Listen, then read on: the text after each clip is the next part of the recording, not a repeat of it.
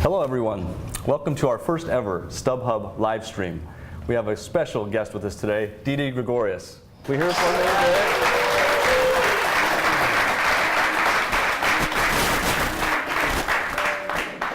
We're getting a chant already. I like this. Let me introduce myself. My name is Darren Fowlks. I lead customer experience for StubHub and want to extend a special welcome, first of all, to the people in the room, our StubHub Beyond members. So big round of applause for all of you. Thank you. And second of all, those watching us virtually, both on our StubHub community and on Facebook live stream, we welcome you in. So today's going to be pretty informal. I'm going to get a chance to ask Didi a lot of questions. We'll take questions from you live, virtually. We have some questions from the audience already, so I think the 30 minutes will go by pretty fast. But Didi, maybe we can just start. Tell us a little bit about your baseball journey and how you arrived to where you are today. Why do you love baseball? All that stuff. Take us down your journey a little bit. Hi, everybody, again. So for me, baseball is like a family thing. My mom played softball, dad played baseball, and brother played baseball. And it was always something I always looked forward to, even though they gave me a bunch of options, like do whatever sport you want. And I played soccer, competitive swimmer, and I mean, a lot of things. Yeah, so, but I stick to baseball because for me, it's a family thing, tradition. And I mean, they always keep working, and that's one thing they always taught me, keep working, try to get better, and make a lot of improvements. So, because the game is not easy, and they'll never think you're better than the game. Yeah, I love that. So you spent time, you signed right out of high school, right? You spent time battling through, and then all of a sudden, you're a Yankee. Tell us a little bit about that journey from high school to becoming a Yankee. So, when I started, so the teams were looking at me when I was 15 and 16, and then they wanted me to sign, and I said no, because I'm not in a rush to sign, because for me, like, education is really important. And so after the years went by, and it's like, if you guys can wait, then I'll sign. But that team didn't wait, so I ended up signing with the Reds in 2007 because they saw me play actually in Netherlands for the Kingdom Games.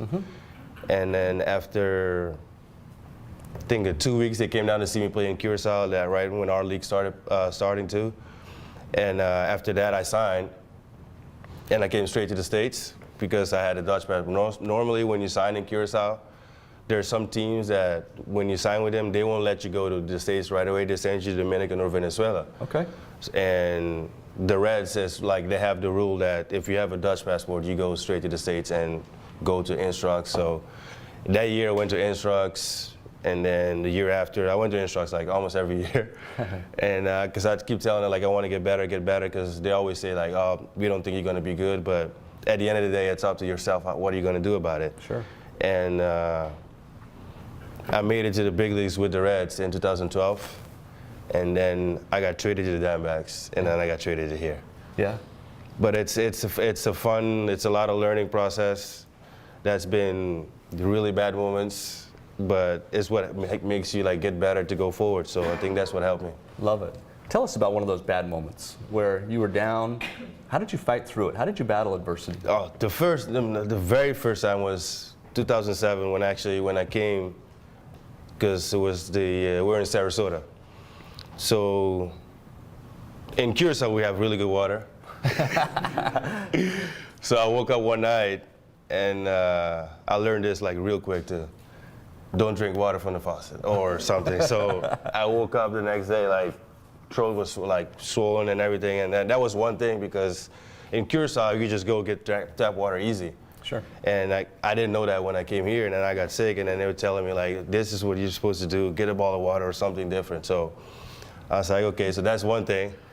And then while I'm playing, because we get like a lot of Dominican and Venezuelan players, and they don't know English, and I was translating for them. And so like most of the time I was translating instead of playing. So, and then that year went terrible. But for me, it was a learning process, you know, like, because like where I came from, and I won't say the education is bad in Dominican, but they don't teach them like in Curacao, it's mandatory to know 4 languages. Wow. And a lot of people. What 4 languages do you speak?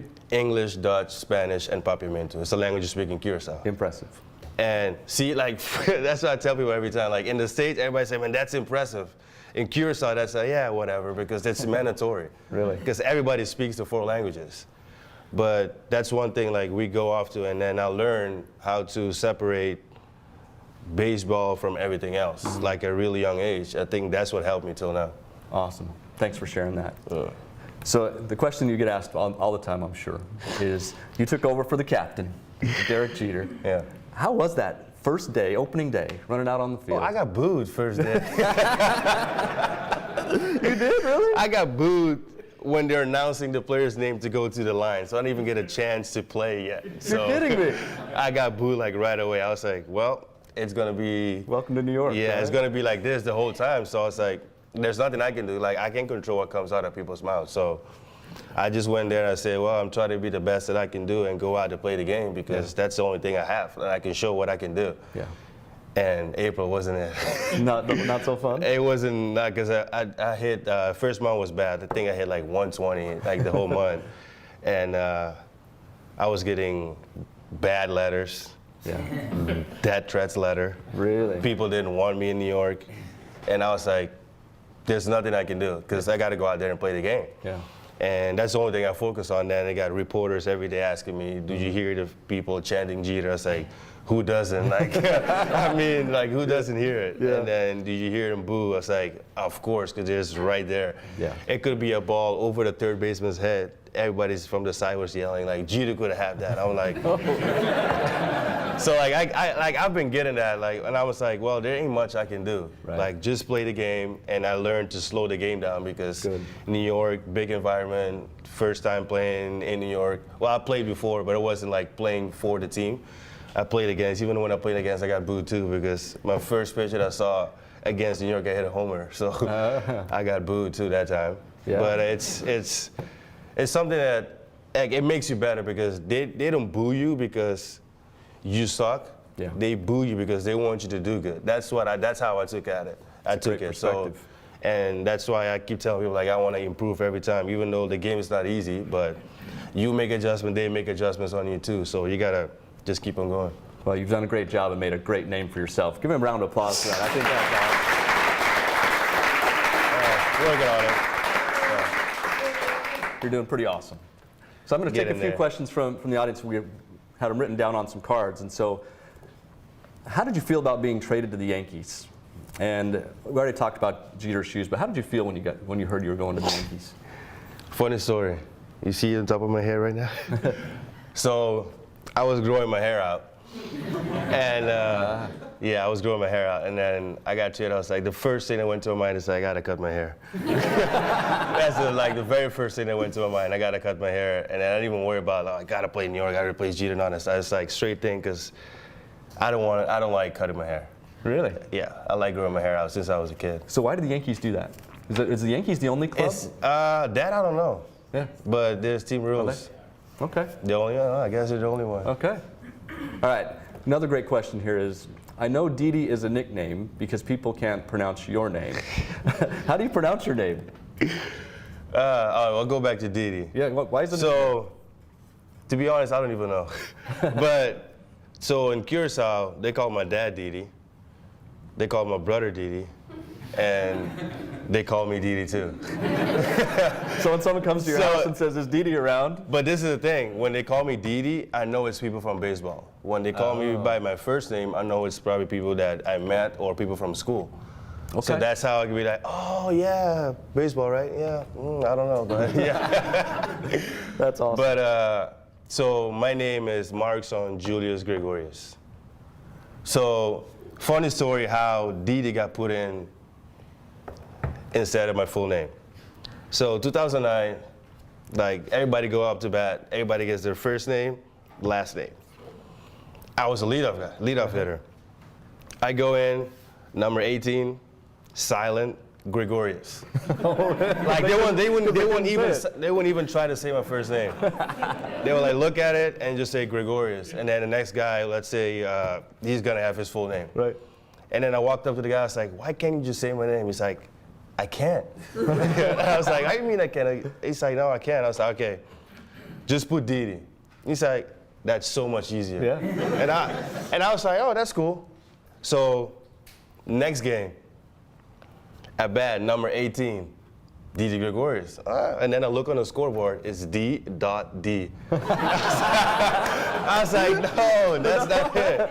That's not it. Love it. And then it's like, oh, my bad. So the next day again, D-E-E-D-E-E. I was like, no, that's not it. It's D-I-D-I. It's like, but that says Didi. I was like, I know it says Didi, but it's Didi.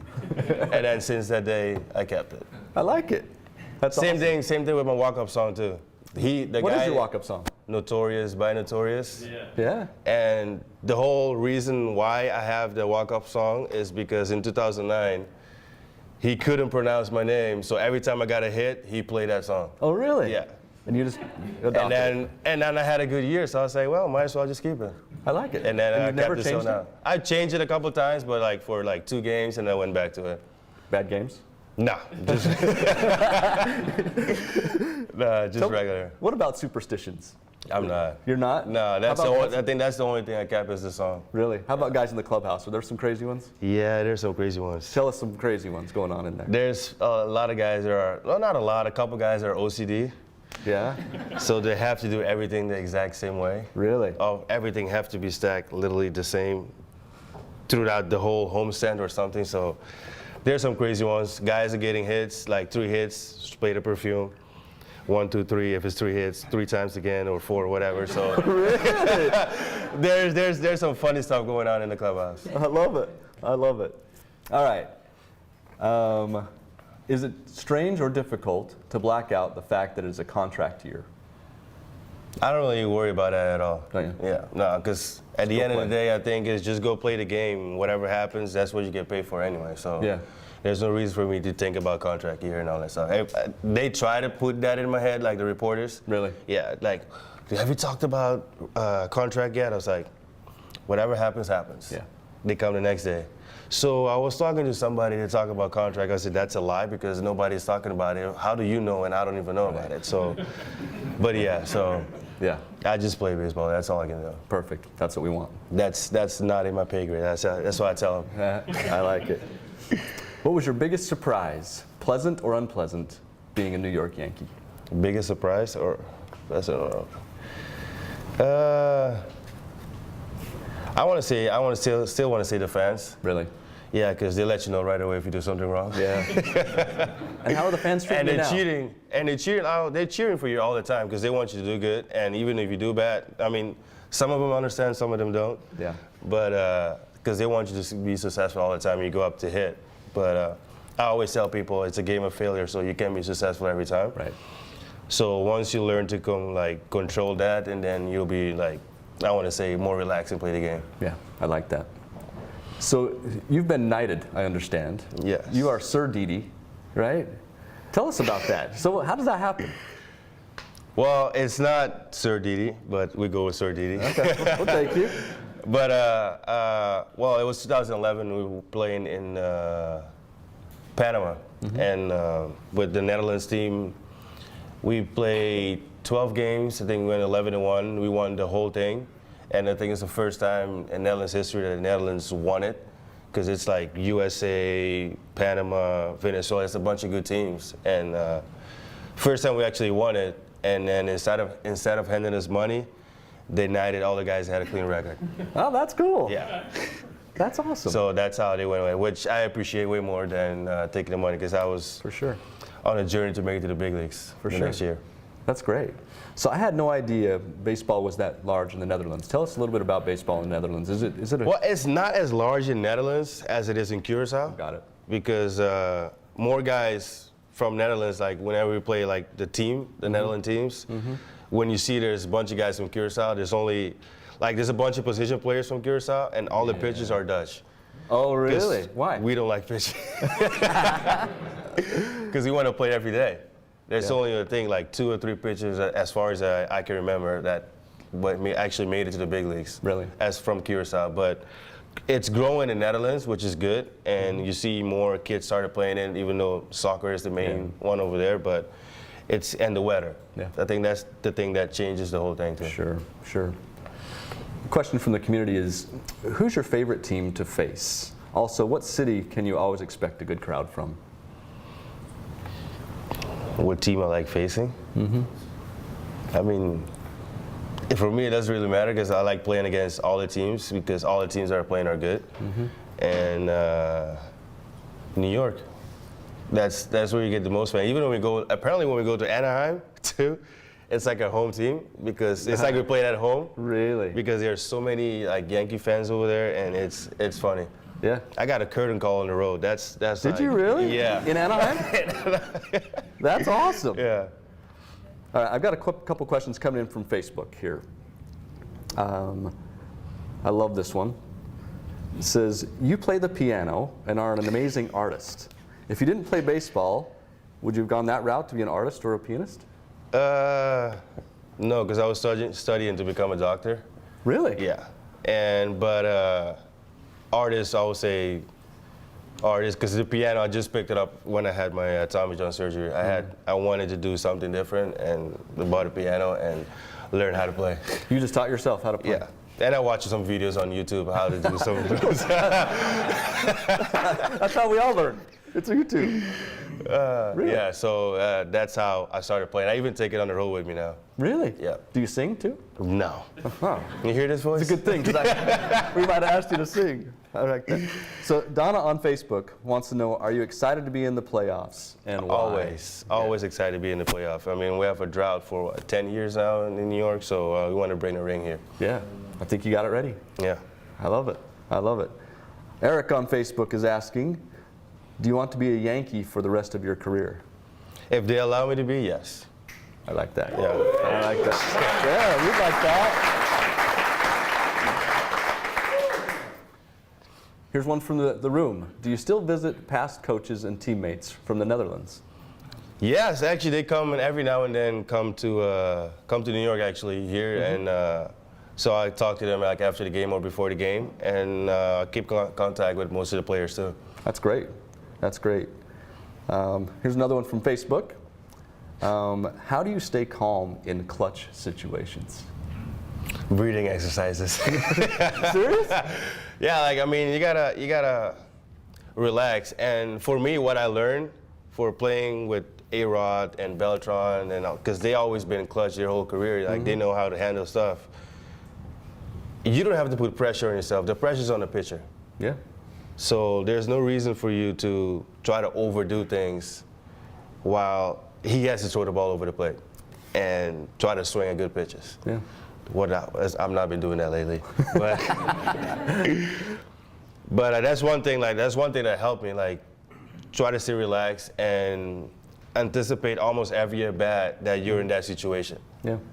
And I think that's one thing that called me. And then I don't really show emotions when I'm playing. People tell me that I'm dead. But that's how I actually like feel, because if everything I do I show emotion, that's not me. That's not you just showing because you want everybody to see. Right. You made a nice play. Everybody know you made a nice play, so there's no reason you start yelling and doing all that stuff. Unless it's a game-winning play, like you win the playoffs, then yes, that's the whole. Then you celebrate. Then you celebrate. That's different. But throughout the regular season, it's always fun to play and have some fun with the guys, but keep playing the right way. Yeah. Because you want to keep everybody relaxed and enjoy it. Yeah. Because the game is hard, and I had a reporter the other day ask me about Booney. What has he done, like Boone, our manager, what has he done to us? It's like communication, talk, keep people relaxed. And he's like, the game is not that hard. And I was like, have you played? Like, it's hard. Like, and he's like, yeah, when I was a kid. And I was like, do you think that the things hasn't changed from a kid now and now? Like, because every day you learn something new about the game. Yeah. And he's like, yeah, it's all right. Really? I was like, okay. good talk. And he walked away. Yeah. So tell us a little bit about the clubhouse. You talked about Booney. You talked about who's your favorite guy? Well, I won't say favorite because then you'll have to say. But who's the craziest one, the funniest one in the clubhouse? The funniest one in the clubhouse. You're gonna make me spill my emojis. Yeah, you do. What is it with the emojis too? The funniest one in the clubhouse, I go with Gardy. Really? Yeah. With the bat, Yeah. the bat pounding and everything. Gregorious, I mean, there's like a lot of guys are fun because like they like being there, like being around each other. That's what makes a team good. When everybody likes each other, like nobody's gonna talk like bad stuff about the other player. That's how you want a team to be. Everybody's happy, everybody's united, everybody's enjoying being here. Yeah. So everybody like, even like the sneaky funny guy is Tanaka. Really? Because he doesn't speak English, but he knows English. And I keep telling him every time, stop pretending like you don't know because you know. No, but there's a lot of fun guys. Like, there's fun guy in the Latin group, there's fun guy in American, and it's always groups that there's a big, and the craziest guy is Tommy. Who? Tommy Canley.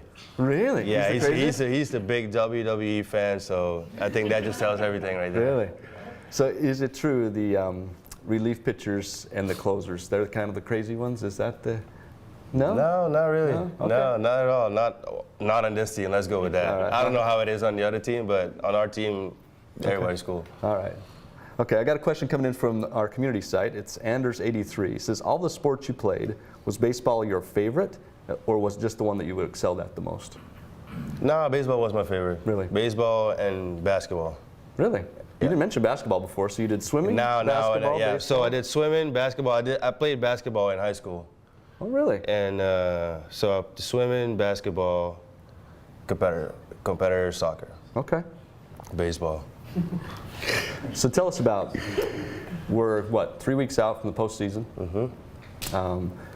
What are you most excited about? What are you most fearful of walking into the postseason?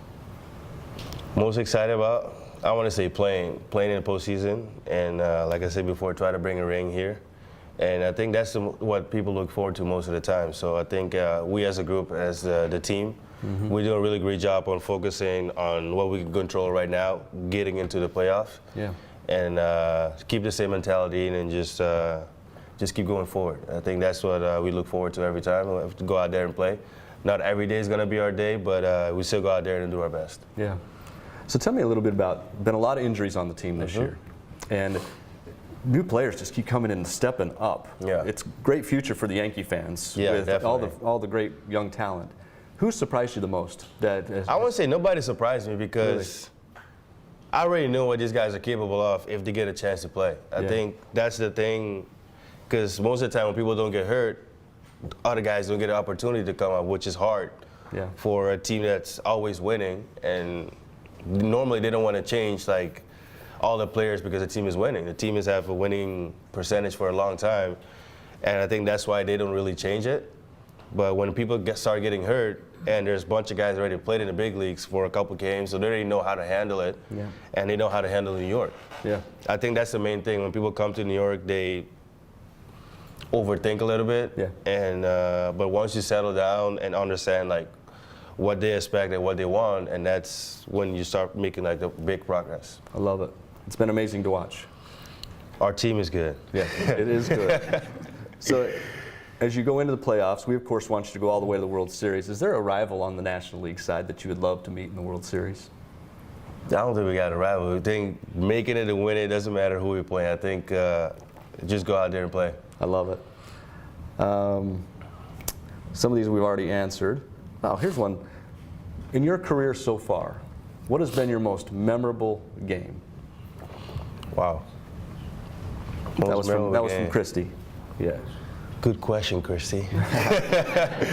I want to say the home run in the wild card in 2017 and ALCS against Cleveland. I think those two are the biggest because they make us advance. Yeah. Is that in all of your career or just Major League? Do you have any in your younger career where you really stand out? Well, I want to say my first home run pro. Yeah. Because I had Ken Griffey Sr. as my hitting coach and Delano DeShields, like coming up to the Red System, so they're really good hitters. Yep. And Griffey always used to tell me, you're going to mess around and hit 15 home runs, and you don't even know how. I was like, yeah, whatever. Like, there's no way I'm going to hit 15 home runs. Like, I've always been, like, throughout my minor league career, like 5'7", 5'7", because I was a leadoff guy. I never worried about hitting home runs and all that stuff. Now I still don't worry about it, but people say other things. Yeah. But he told me that, and I was like, there's no way. Yeah. And then a week after he said it, I had my one and only home run that year. And I started laughing. He's like, I told you it's coming. And then the year after I hit 5, he's like, hey, 5, 10 more. I was like, I'm not getting to 10. So then 5, 7, 5, 7.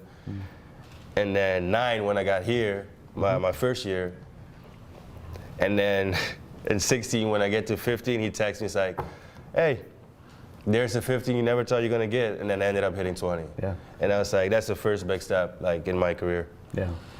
When you're up to bat, this is my personal view, you don't look like you're swinging that hard. No. And For me, people always ask me that, and I always tell them the pitch already supplies the power. yeah. So I don't have to swing 200 miles per hour. Yeah. If I just get the barrel there, I can drive the ball wherever I want. Yeah. And like they say, like, because a lot of my home runs are to right center, to right field. And I tell them, because most of the time, that's where they pitch me. Yeah. Because when I was in the National League, my trouble was getting to inside pitches. Like, I could never pull a ball. Sorry, I could never pull a ball. Right. And I was hitting the ball the other way all the time. And all I did was like literally 3 fastballs inside, sit down. 3 fastballs inside, sit down. And then I came here and I was like, I gotta work on it because I need to like make improvement. And the year before, I hit 228 and I was coming off the bench. And for me, it means a lot, like batting average, getting on base and all that stuff, because it helps the team get more chance like to score runs. Sure. And I was like a 180 in August, and then September, the same thing, like a bunch of guys got hurt, and they gave me a chance to play. And I hit maybe 250, 260 that month. They got my batting average to 228. And otherwise, my letters would have been way worse than what they were.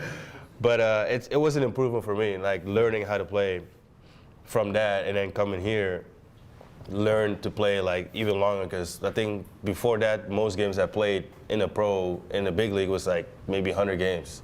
Really? And then in the 15, I think I played 155. That's unbelievable. Yeah, out of 162. How tough is that to play 162 games? I mean, that's unheard of. I have a 12-year-old, and we probably played 60 this year, which I thought was too many. But to play 162 games you and then said play 12 years old, right? Yeah. You know how many games I was playing when I was 12? Maybe like 10 games. Right. Me and too. It's like 85 all year round in Curacao. Right. But the supplies, like, they didn't have many balls and all that stuff. So they were shorted on that. Like a foul ball, somebody's going to go grab that ball to bring it back, because there weren't many. Like, that's how we used to play. So that's why we didn't play many games. Yeah. So now that we are in the big leagues and we like give back to the community down there, they're playing longer games. Like, we do free clinics and all that stuff. So we're teaching the kids like the good way and prepare them the whole pro when they get to the States, because we had to learn on the go. Like, I'm still learning on the go, but they get an advantage now, because now we tell them like what to expect, and that's why you see like more guys like from Curacao now like making big steps to get to the big leagues, because they understand now like the whole steps, how to get there, and what you need to work on, and discipline and all that stuff. I love that. So is that where you spend your time in the off season? Yeah, I go back to Curacao, yeah. And help young players and. Yep. What else do you like to do in your off season? Travel. I travel a lot. Where do you like to go? All over the place. Yeah. Like I want to go to different places, because I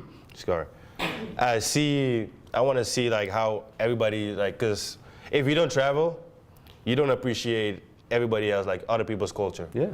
And that's why I always tell people, like, I travel because I want to see like the life overseas, like how, because when I came to the States, it was already different for me. Sure.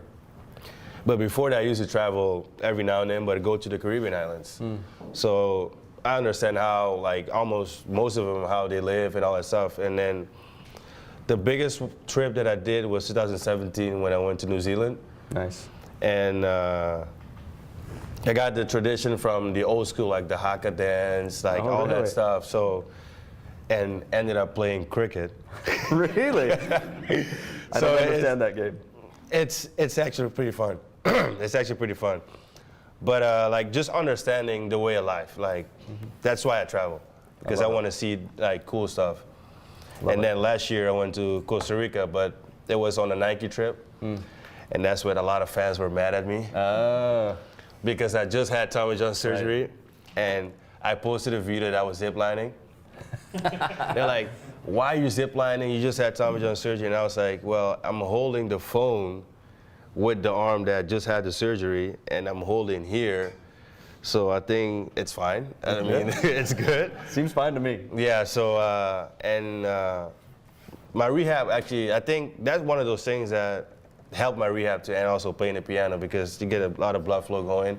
I think that's one of the reasons why Ziplining helped your rehab? Is that what you're saying? Oh yeah, definitely. No, my rehab process for everything is completely different from everybody. Really? Like, I was in Tampa and I was doing iFly indoor skydiving. Oh, really? Yeah, and everybody's like, you're rehabbing. Why are you doing that? I was like, it stretches everything out, so it feels good. I mean, it's like, what do you want to do? Like, for me, I'm always active, always moving around, trouble sleeping, stay up all night. But it's because I think like a lot of things at the time. How can I improve in baseball? How can I improve off the field? How can I improve like all the other stuff? So I always look forward to everything. That's great. That's great. So at StubHub, we of course do sports, we do concerts. What's your favorite concert? I only went to one. One ever? Yes. You're kidding me. Yeah, I only went to one. That was. Must have been your favorite. It was CC had he got us what? I think it was like 10 of us. Yeah, Kanye West, I think it was in 17, if I'm not mistaken. Okay. So we all went there, sit in the suite. I think that's the one and only one I went so far. Really? That's crazy. So tell us a little bit about off-season again. How do you stay in shape? What do you do to work on your game off-season? I work out a lot. That's one thing. I work out almost every day. And then I go swimming, because for me, people make fun of swimming, but swimming like works on the tiny muscle that you can't work out on. So it gets you stronger in a different way too. So like everybody likes lifting weights, all that stuff, but swimming is a good recovery and also like a good workout. Great. And practice 5 times a week. Really? When I'm home, yeah. How many swings are you taking a day? A day? Not a lot. Really? Not a lot. I might hit a bucket and maybe 100 swings and that's it. Okay. Yeah. Awesome. Our time's about to wrap it up. Anything you want to tell live stream, this audience? That I want to say? Yeah. I want to tell? I got no secrets. No secrets? How about the postseason?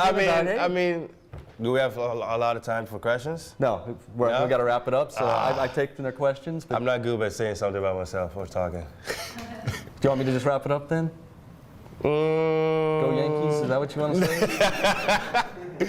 No, okay, I'll say, I mean, we got a good team. We try to go all the way this year, and I mean, that's something we look forward to. A great group of guys. You know, hopefully, we start getting our guys back too. So that's really good. Good to see Dellin, Heller, Montgomery, Sevy is gonna start soon, I think. Nice. So see all these guys come back. So I think it's gonna be a really good team. Our team's gonna get even better, and should be excited. Awesome. Yeah. Well, thank you, everyone. Thanks for live stream. Thanks to the audience. Really appreciate it. No problem. Thank you very much. Thank you. You're awesome. Thank you. Really fun.